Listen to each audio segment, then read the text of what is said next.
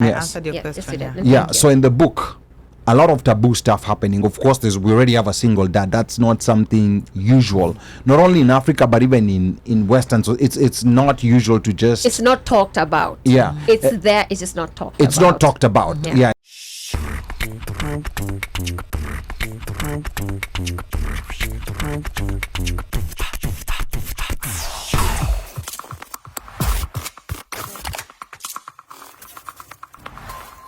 So one of the things I've picked up from Ali and the show is that it's a very raw book, right? You're not hiding anything. You're not trying to mask anything. You're like, this is what it was, right? And I think coming from an African perspective, we hide. Like we cover, we like, it didn't even say what's up, right? You're very just like, hey, this is what happened. What got you to that point? Also, what challenges did you encounter when now maybe your family or your friends are like, did you have to write about that? So to be honest with you, what I write is my karma. This is my story. It's my karma. How it lands on you is your karma. But if we are going to have a shift, we're going to say the truth. To be honest, I think one of the reasons we are boring readers out here is because we are just lying, or we are not telling the whole truth. Somebody can always say from the tone of a book that there's a lot of things that have been hidden here. And I think that's one of the beauties of being a self-publisher, because some publishers will not have accepted the truth that is in this book, to be honest with you. You know, like this is the third version of this book, because the first one was so raw. It even had some curse words. You know, it had some curse words in there.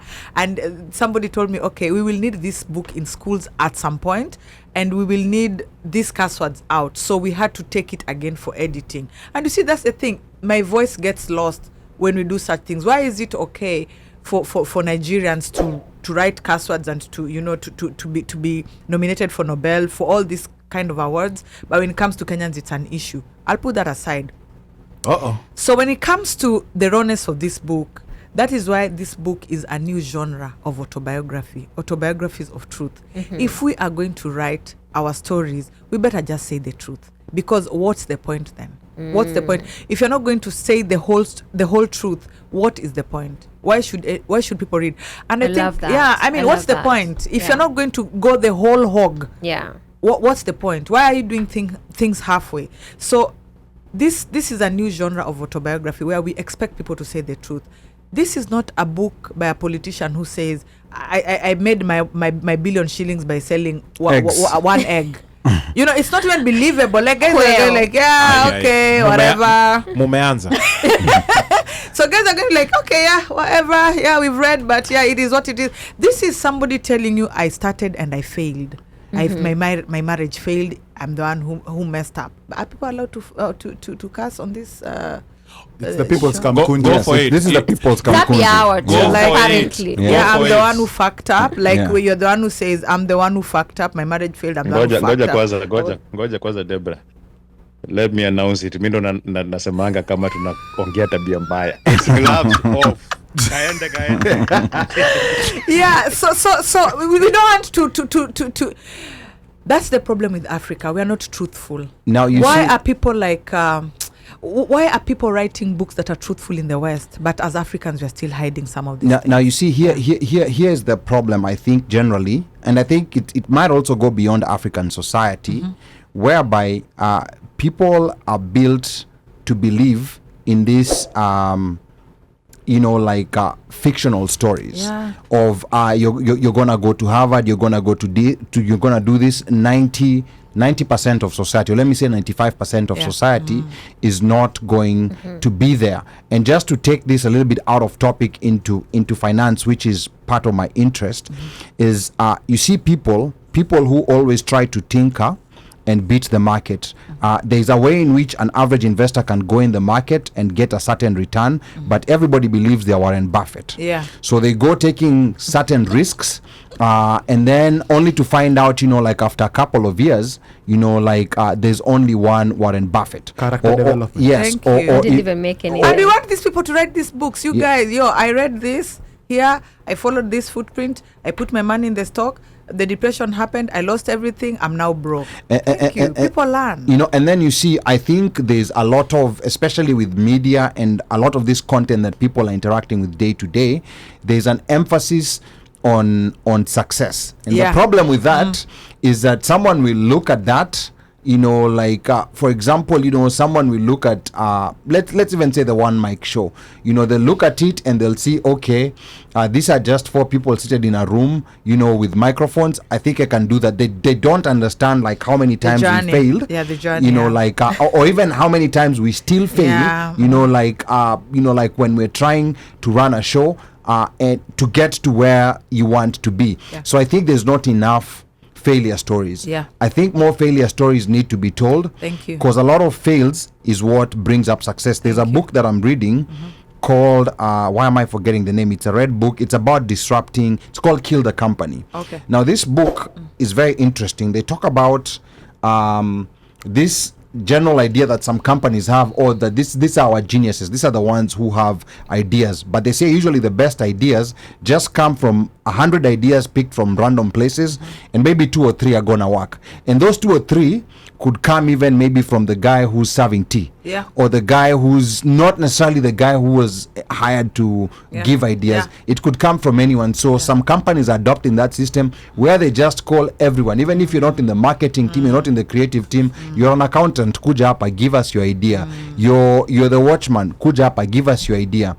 But then you know, like people still want to live in that illusion about success. Now in your book, First of all, did you finish? Did I answer your question? Yes, you did. I answered your question. Yes, you did. Yeah. So in the book, a lot of taboo stuff happening. Of course, we already have a single dad. That's not something usual. Not only in Africa, but even in Western. So it's not usual to just. It's not talked about. Yeah. It's there. It's just not talked about. It's not talked about. Yeah. It's not something that you generally hear. And even when you go, you know, like to the real world, most of the time when especially in African society, if a dad becomes single either through death or whatever other reason, there's arrangements that are made to have those kids taken care of. So it's not only that the stories are rare, but also the actual situations are rare, which makes it more mystique. So we had a situation where we had a father who was washing clothes. She was bathing you, and he was bathing you. And you also revealed that you used to wet your bed. Yeah. You know, and you know that's something that most people would be embarrassed of, and your dad had to take. Normal occurrences. It is, it is a normal occurrence. Yeah, I wouldn't say I used to wet. You know, the people will be like, even the CIA would not thought about that out of me. But anyway, you did. But you see, also wetting the bed is not the issue. Yeah, it's what. But the funny thing was, the funny thing was. Thank you.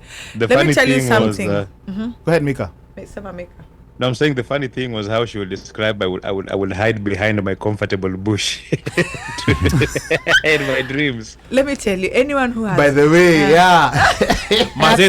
Kwanzaa, that dream is normally good. Thank you. So somebody experienced that. That's the best dream ever. The best. Until you wake up. Velvet. Iko na velvet.